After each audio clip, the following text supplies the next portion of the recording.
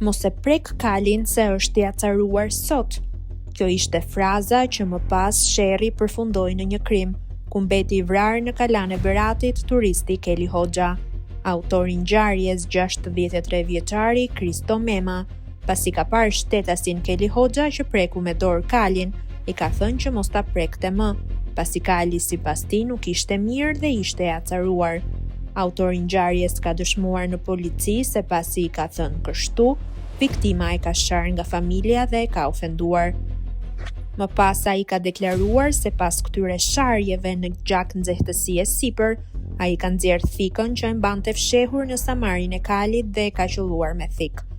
Më pas ai deklaron se ka shkuar në banesë, ka lidhur kalin në kasolle, ka marrë disa ushqime dhe u fsheh në një nga shpellat e kalas për t'i shpëtuar policisë.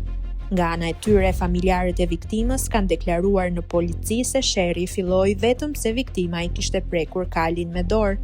Ata kanë deklaruar se familjari i tyre nuk e ka sharë dhe as ofenduar, por pronari i kalit e ka qelluar me thikë papritur, pasi e kishte thënë mos e prek kalin dhe viktima i ishte përgjigjur s'ka asgjë të keqe. Ngjarja e rëndë ndodhi dje rreth orës 15:30 të pasdites në lagjen Kalan në Berat.